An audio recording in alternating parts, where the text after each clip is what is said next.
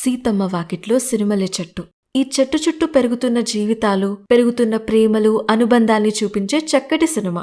కొన్ని మూవీస్ మనల్ని ఎంటర్టైన్ చేస్తాయి, కొన్ని మనల్ని ఇన్స్పైర్ చేస్తాయి. కానీ ఇలాంటి సినిమాలు మన జీవితాన్ని మళ్లీ మనకి తిరిగి చూపిస్తాయి.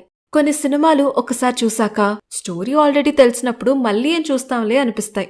కానీ ఎస్వీఎస్సీ లాంటి సినిమాలు మాత్రం మనం పెరుగుతున్న కొద్దీ ఇంకా బాగా అర్థమవుతాయి. మనం చూసిన ప్రతిసారి మన మెచ్యూరిటీతో ఇంకో కొత్త పర్స్పెక్టివ్ లో కనిపిస్తుంది. మన లైఫ్ ఎక్స్పీరియన్సెస్ తో ఈ సీన్స్ ని చూస్తే కొత్త అర్థం దొరుకుతుంది. ఇప్పుడు చైల్డ్హుడ్ లో చూస్తే ఒక ఫీల్, అడల్ట్హుడ్ లో చూస్తే ఇంకో డెప్త్.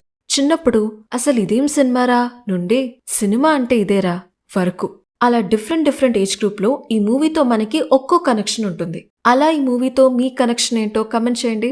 నిజంగా మాట్లాడుకుంటే ఇది జస్ట్ ఒక సింపుల్ స్టోరీ. ఏ ట్విస్ట్లు ఉండవు, ఒక ప్రాపర్ యాక్షన్ సీక్వెన్స్ కానీ కాంప్లికేటెడ్ స్క్రీన్ ప్లే కానీ ఉండదు. జస్ట్ న్యాచురల్ గా అలా ఫ్లోలో వెళ్ళిపోతుంది అంతే. లైక్ మన లైఫ్ లాగే, మన ఇంట్లో జరిగే సీన్స్ లాగా. ఒక్కొక్కరిది ఒక్కొక్క క్యారెక్టర్.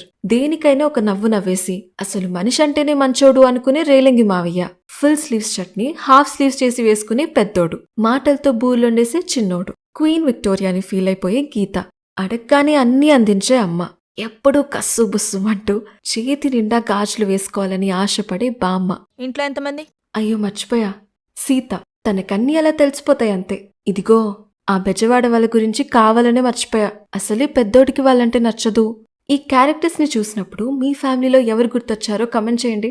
ఈ క్యారెక్టర్స్ అన్ని ఒక చెట్టులో ఉండే డిఫరెంట్ పార్ట్స్ లాగా. అంటే ఈ ఫ్యామిలీ ఒక సిరిమల్లె చెట్టులాగా అంటున్నా. లైక్ రేలంగి మావయ్య ఈ చెట్టుకి మూలం, అంటే రూట్స్ అన్నమాట. రూట్స్ స్ట్రాంగ్ గా ఉంటేనే చెట్టు గట్టిగా నిలబడుతుంది. అదే రూట్స్ వీక్ అయితే చెట్టు పడిపోతుంది. రేలంగి మావయ్య స్ట్రాంగ్ ఫౌండేషన్ వల్ల ఈ ఫ్యామిలీ డిసిప్లిన్ తో, ట్రెడిషన్స్ అండ్ ఫ్యామిలీ వాల్యూస్ తో నిలబడింది. ఇప్పుడు మనమున్న ఫాస్ట్ పేస్డ్ వరల్డ్ లో అందరం సక్సెస్ అండ్ స్టేటస్ మీదే ఫోకస్ చేస్తున్నాం. నీ ప్యాకేజ్ ఎంత? ఈసారైనా జాబ్ వస్తుందా? ప్రమోషన్ రాలేదా? ఇంకా ఎంత కష్టపడాలి? ఏదో ఒక పొజిషన్ కి రీచ్ అవ్వాలి అని ఇలా పరిగెడుతున్న ఈ జనరేషన్ లో హ్యాపీగా ఉండటం, ఫ్యామిలీతో ఉండటం, రిలేషన్షిప్స్ ని పెంచుకోవటం ఎంత ఇంపార్టెంటో ఈ మూవీ మనకి మళ్లీ గుర్తు చేస్తుంది. పెద్దోడు చిన్నోడు ఈ చెట్టుకి బ్రాంచెస్ లాగా. పెద్దోడిని చూసినప్పుడు మన ఫ్రెండ్స్ గ్యాంగ్ లో ఒకళ్ళ అనిపిస్తాడు కదా. మనకంటూ టైం వస్తుంది అని డెల్యూషన్ లో బతికేస్తాడు. దేనికైనా లిమిట్ ఉంటదా? ప్రేమని ఎక్స్ప్రెస్ చేయడు. సెల్ఫ్ రెస్పెక్ట్ విషయానికి వస్తే అస్సలు కాంప్రమైజ్ అవ్వడు. మన యూత్ లో ఉండే ఫ్రస్ట్రేషన్ అంతా ఈ క్యారెక్టర్ లోనే కనిపిస్తుంది. చిన్నోడు మాటలతో బూలుండేసే టైప్, ఎలా అయినా బ్రతికేస్తాడు. ఇంక సిచ్యువేషన్స్ ని హ్యాండిల్ చేయడంలో ఛాంపియన్. కానీ రెండూ కూడా ఒక్క చెట్టుకే ఉండే డిఫరెంట్ బ్రాంచెస్. నడిపించే వాల్యూస్ ఒకటైనా జర్నీస్ వేరు. ఇంతకీ మీరు పెద్దోడా చిన్నోడా? సీత చెట్టులోని మల్లె పువ్వులా సాఫ్ట్ గా, సెన్సిటివ్ గా ఉంటుంది. ఇంట్లో ఇలాంటి అమ్మాయి లేకపోతే మాత్రం సందడే ఉండదు. తన పేరులానే భూదేవికి ఉన్నంత ఓపిక ఉంది. ఎందుకంటున్నానంటే పెద్దోడికి తనంటే మొదట్లో ఇష్టం లేకపోయినా, ఏ ఎక్స్పెక్టేషన్స్ లేకుండా, రిటర్న్ లో ఏది ఆశించకుండా ప్రేమని ఇస్తూనే ఉండేది. అలా తన కోసం వెయిట్ చేస్తూ ఉండేది. తనకి ఫ్యామిలీ మీద ఉండే ప్రేమ చూస్తే ఇలాంటి అమ్మాయి ప్రతి ఇంట్లో ఉండాలనిపిస్తుంది. నీలాంటిది ఉండాలి బాబు, మనసుకు హాయిగా ఉంటుంది.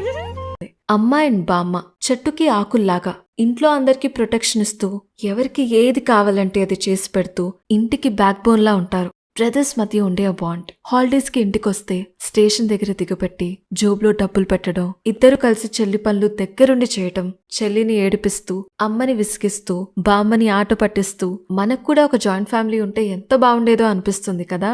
ఈ మూవీ చూస్తున్నప్పుడు this is cinema, this is the moment అని ఎప్పుడు అనిపించిందో తెలుసా? జనరల్ గా మన మూవీస్ లో డ్రమాటిక్ లవ్ ప్రపోజల్స్ చూస్తూ ఉంటాం. పేరు పెట్టి పిలవడం కూడా ఒక లవ్ లాంగ్వేజే అని ఈ మూవీ చూసినప్పుడే తెలిసింది. క్లైమాక్స్ లో పెద్దోడు ఫస్ట్ టైం సీత అని పేరు పెట్టి పిలవడం ఇస్ సినిమా. పూలకుండిని ఎందుకు తన్నావరా అని ఫోన్ చేసి అడగడం ఇస్ సినిమా. బామ్మ వాళ్ళ మనవరాల్ని పెళ్లి కూతురుగా చూసి ఎమోషనల్ అవుతూ ఉంటే అందరూ ఓదార్చడం ఇస్ సినిమా. రూరల్ బ్యాక్డ్రాప్ లో గోదావరి యాసతో విలేజ్ బ్యూటీని చూపిస్తూ స్టోరీని ఈవెంట్స్ లా కాకుండా క్యారెక్టర్స్ తో నడిపిస్తారు. మనతో పాటు ఉండిపోయే సినిమాల్లో ఇది ఒకటి. ఫైనలీ నేను చెప్పొచ్చేదేంటంటే, అసలు జన్మల వరకెందుకు? ఈరోజు వీడియో పెడితే రేపు పెడతానో లేదో నాకే తెలీదు. అందుకే చూసిన ప్రతి వీడియోని ఒక లైక్ చేసి సబ్స్క్రైబ్ కొట్టి వెళ్ళిపోవాలంతే.